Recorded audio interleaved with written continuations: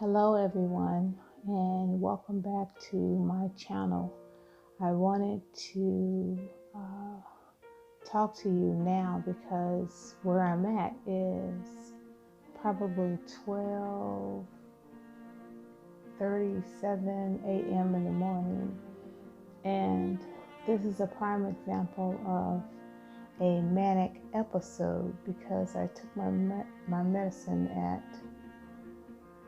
around 8 o'clock, and I had about 4 hours of rest, and I woke up in between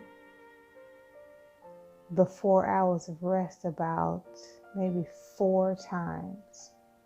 So it's 4 hours of pocket rest in between, and now I am fully up. I woke up at 11 a.m. and my energy level is high. I'm high. I'm up and about, and my mind is racing, and I want to do things and go start moving around the house. And the signs of the manic episode, I can tell when it's starting because now it wants me to start cooking and start trying to clean the house as if I have a OCD. I have OCD in collaboration with the manic episodes because you're moving things around, and it's 12 a.m. in the morning. And it's the thing about manic episodes is you are weary. You're weary, you're tired and exhausted, but your body is moving, your mind is racing, and you're all over the place in your thinking. And you wanna leave for me, I wanna leave my apartment and go outside and do stuff and get things done, which is very, very dangerous thinking. And with my manic episodes, I usually have this episode linger for about 4 days. So I have a meeting at 9 o'clock, and no doubt I'm going to be up all day. I'm going to be up all day, and I'm going to have to muscle through and take care of all my agendas while I'm tired and weary.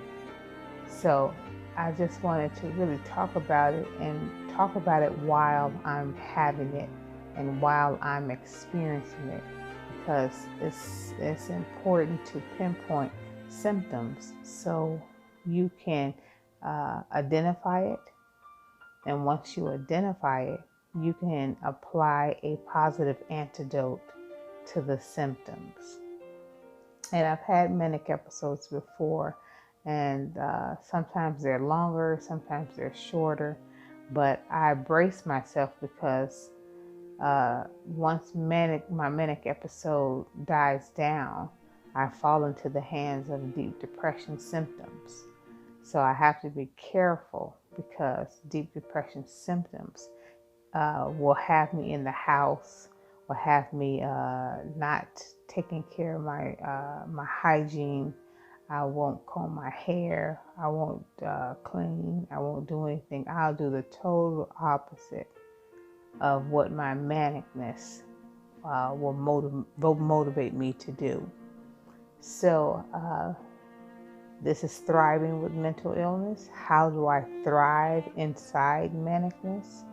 I apply, once I identify the symptoms, I apply an antidote to the symptoms. For instance, right now, my manic episode wants me to start eating. And right now it's probably 12:30 or 1 o'clock a.m. in the morning where I'm at, and it wants me to start eating. That's a bad decision. And we all know that, eating at this time of hour, that's unhealthy and makes you gain weight, and you don't want to do that. So instead of me eating, cooking and eating unhealthy, because I will probably order something like a pizza in the middle of the night, I would drink water, I would eat a banana, and that will satisfy that motion or that mood swing of trying to eat just because I'm high energy. And that's one of my positive antidotes to be applied to my manic symptoms, and it works for me. Now, for you, you have to do your self-assessment in order to figure out what works for you, because each self-assessment is going to be personalized towards your symptoms. And we'll talk about that going forward, how your symptoms may be worse than mine or less than mine. And we are now doing homework because we're trying to figure out what those symptoms are towards the individual. So for me, eating the banana and drinking the water satisfies that symptom in me.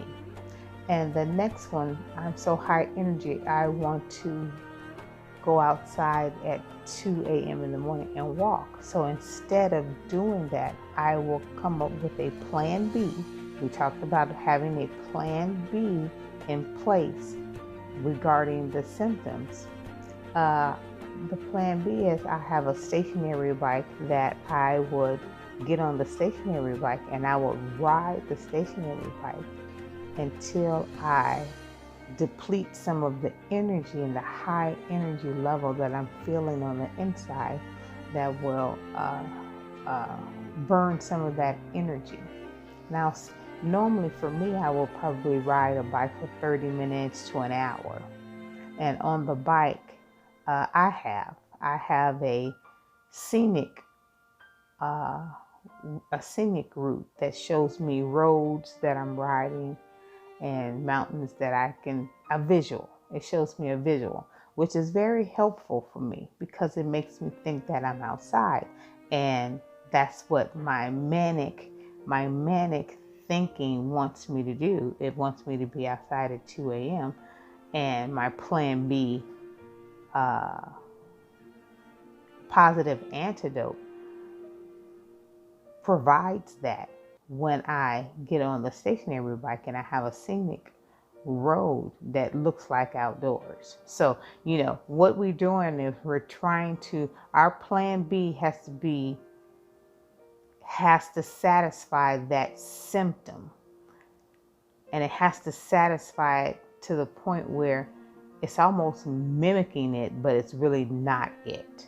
And I hope you understand that. I can open it up and unpack it a little more if you want me to. But some of this things like this, you have to be able to identify. I'll speak a lot about identification because identification is important because we need to know what we are applying a positive antidote to. And some of the stuff you might have to respond as a reactive motion, reacting to it. I purchased, for an example, I purchased a very expensive camera because in my mind, on my manic episode, I wanted to be a professional camera editor. And I in my mind, I purchased the camera because I had to prepare for a job as an editor, and I wanted to be prepared, and I wanted to have my own camera. Just very irresponsible thinking. And because I let that irresponsible thinking take control, I purchased a $3,000 camera. Now, once my manic episode subsided, I went into a depressive mode because I spent money that I did not have. And that's how I identify that manicness and deep depression work hand in hand. They are two evil siblings. They hand you off to each other. You know, once manicness is through with you, the manicness hands you off to deep depression, where deep depression suppresses you even more and make you feel even more unworthy, more unvaluable. And that's even worse, because if it sinks you lower, then it puts you into a stage of suicidal ideations, because it's sinking you into that stage of, I don't have value. And we'll talk about that going further too. Having no value.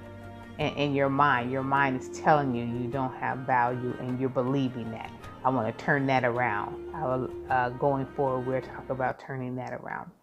But I bought the camera, and once I bought the camera and I came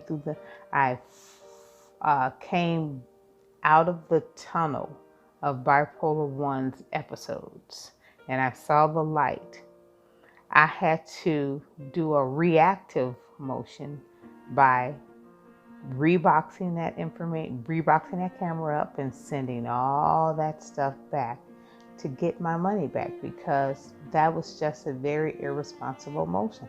You have to combat symptoms of a mental disease at all corners. You can't just be one straight way, which is medication. You can't be that way.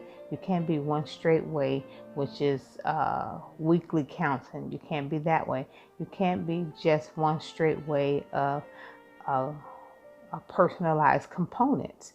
You have to fight it at every corner, because mental illness is tricky. It's clever. And it'll find ways to get better at sneaking up on you and making you believe a fictitious thought. And once you start identifying, I'll talk about identifying, very, very, very, very important. Once you start identifying it through your self-assessment, you're going to be stronger mentally. You're going to have mental muscle. You're going to be ready to tackle and apply positive antidotes to those symptoms once you start identifying. So that's why I'm having a manic episode now. But this manic episode, I'm not going to let it get the best of me. I'm going to turn it into something positive, because I'm going to express how I'm feeling, what's going on, the right now symptoms, the positive antidote that I'm applying to those right now symptoms. And once I apply that positive antidote to those right now symptoms, I'm bringing my mind to a balance where I'm not going outside at a dangerous time of the day.